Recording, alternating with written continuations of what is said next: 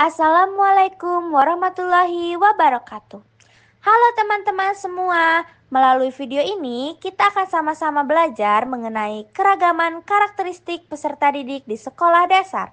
Materi ini sangat menarik dan penting untuk dibahas, terutama bagi para pendidik agar nantinya pendidik mengetahui keragaman karakteristik peserta didik dan cara menanganinya. Materi keragaman karakteristik peserta didik terbagi menjadi 5 submateri, yaitu 1. Hakikat karakteristik individual.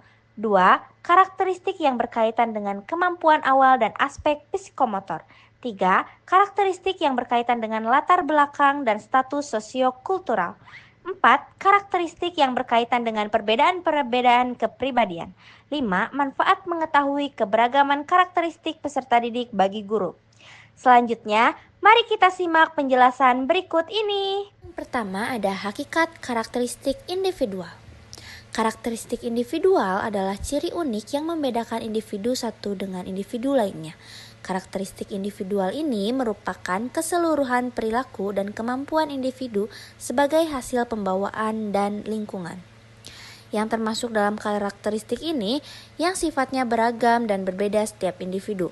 Hal ini karena setiap individu memiliki perbedaan, mulai dari segi kemampuan atau keahlian dan lain sebagainya. Faktor-faktor yang mempengaruhi adanya keragaman individual. 1. Natur.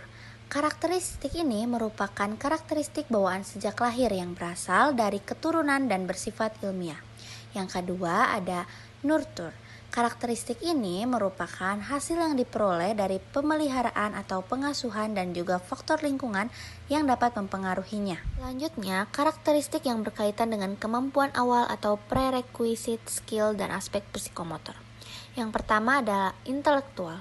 Intelektual adalah kecerdasan dalam memecahkan masalah, menalar dan memahami gagasan hingga daya tangkap dan berpikir abstrak. Kedua, ada kemampuan berpikir. Kemampuan kognitif yang berhubungan dengan penguasaan ilmu pengetahuan dan teknologi. Dalam kemampuan berpikir tersebut, anak usia SD memiliki kecenderungan belajar konkret, integratif, dan hierarkis. Selanjutnya ada hal-hal yang berhubungan dengan aspek psikomotor. Dalam hal ini meliputi semua tingkah laku yang menggunakan saraf dan otot badan dan juga berhubungan dengan kemampuan keterampilan dan skill. Oke, selanjutnya ada karakteristik yang berkaitan dengan latar belakang dan status sosiokultural. Nah, yang pertama kami akan membahas mengenai aspek latar belakang yang terbagi menjadi 5. Pertama, ada latar belakang ekonomi. Peserta didik yang sedang mengikuti proses pendidikan pada suatu lembaga pendidikan berasal dari latar belakang ekonomi yang berbeda-beda, yang latar belakangnya ekonominya rendah, sedang, dan tinggi. Nah, latar belakang ekonomi ini sedikit banyak akan mempengaruhi terhadap perilaku anak dan secara tidak langsung dapat mempengaruhi pada proses pendidikan di sekolah. Dan yang kedua adalah latar belakang pendidikan orang tua. Ini dapat pula mempengaruhi pada pola pikir dan pola asuh anak sehingga di sekolah guru harus memahami berbagai latar belakang pendidikan orang tuanya supaya dapat memahami kondisi peserta didik. Yang ketiga adalah latar belakang proses kelahiran. Latar belakang kelahiran peserta didik perlu pula diketahui dan dipahami agar peserta didik yang dilahirkan melalui proses persalinan yang normal dan proses kelahiran operasi sesar. Proses kelahiran ini dapat berpengaruh terhadap perilaku dan kesehatan anak. Selanjutnya ada latar belakang pekerjaan orang tua. Latar belakang ini biasanya sangat berkaitan erat dengan latar belakang pendidikan. Berbagai jenis latar belakang pekerjaan orang tua perlu diketahui oleh guru yang latar belakang pekerjaan orang tuanya menjadi petani, pedagang, guru, TNI, dan lain sebagainya. Dan yang terakhir adalah latar belakang pola asuh orang tua. Pola asuh sangat berpengaruh bagi perilaku dan karakter anak. Oleh dengan siapa anak itu diasuh, itulah yang mewarnai perilaku kelak. Ada 4 gaya pengasuhan yang berbeda karakteristik mereka dan dampaknya pada anak-anak. Nah, selanjutnya mari kita bahas aspek sosiokultural. Yang pertama ada budaya. Budaya yang ada di Indonesia seperti yang kita tahu beragam ya teman-teman. Hal ini sesuai dengan budaya daerahnya masing-masing. Lalu yang kedua ada bahasa. Dengan bahasa dengan asal daerah masing-masing Berbeda ya teman-teman, ini adalah bentuk keragaman yang ada di Indonesia. Tidak hanya terdiri dari bahasa Indonesia saja, tetapi beribu-ribu bahasa daerah. Nah, selanjutnya ada suku. Suku bangsa yang juga beragam, peserta didik ada yang berasal dari suku Jawa, Sunda, Batak, dan lain sebagainya. Dan yang terakhir, ada agama. Demikian pula dengan agama ya teman-teman, karena di Indonesia diakui 5 agama besar. Ada peserta didik yang beragama Islam, Kristen Protestan, Kristen Katolik, Hindu, dan Buddha. Lalu, karakteristik yang berkaitan dengan perbedaan-perbedaan kepribadian. Kepribadian merupakan keseluruhan bentuk tingkah laku, sifat-sifat, kecakapan, bentuk tubuh, serta unsur-unsur psikofisik lainnya yang selalu menampilkan diri dalam kehidupan seseorang. Jadi dapat disimpulkan kepribadian itu adalah seluruh tingkah laku manusia itu sendiri.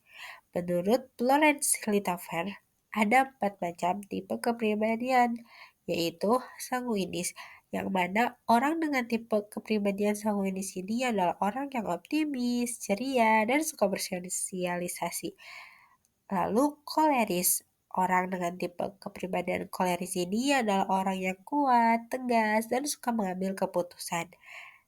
Lalu melankolis, orang dengan tipe kepribadian ini adalah orang yang analitis, kritis, dan suka memikirkan hal-hal yang mendalam. Dan yang terakhir yaitu pragmatis, adalah tipe kepribadian yang tenang, stabil, praktis, dan realistis. Mereka tidak suka konflik, setia, dan loyal, serta lebih suka mempertahankan hubungan yang sudah ada. Sedangkan menurut Charlie Gustav ada 3 kepribadian. Yang pertama, introvert. Introvert adalah orang yang tipe kepribadian yang lebih suka menghabiskan waktu sendirian, memikirkan hal-hal yang mendalam, dan memiliki kemampuan analitis yang baik. Lalu, extrovert. Orang dengan tipe kepribadian extrovert ini adalah orang yang suka bersosialisasi, berinteraksi dengan orang lain, dan memiliki kemampuan komunikasi dengan baik. Dan yang ketiga yaitu ambivert. Orang dengan tipe kepribadian ambivert ini adalah orang yang memiliki sifat-sifat dari kedua tipe kepribadiannya di atas, yaitu introvert dan extrovert. Mereka dapat beradaptasi dengan situasi yang berbeda-beda dan memiliki kemampuan komunikasi yang baik. Manfaat bagi guru mengetahui karakteristik peserta didik. Yang pertama, guru dapat memilih dan menentukan pendekatan pembelajaran yang sesuai dan efektif. Yang kedua, guru dapat menyusun dan mengorganisasikan materi pembelajaran dan menentukan media yang tepat untuk diajarkan. Yang ketiga, guru dapat memotivasi dan membimbing peserta didik sehingga dapat mencapai prestasi yang optimal sesuai potensi yang dimiliki oleh peserta didik. Sekian pemaparan materi dari kelompok kami. Wassalamualaikum warahmatullahi wabarakatuh.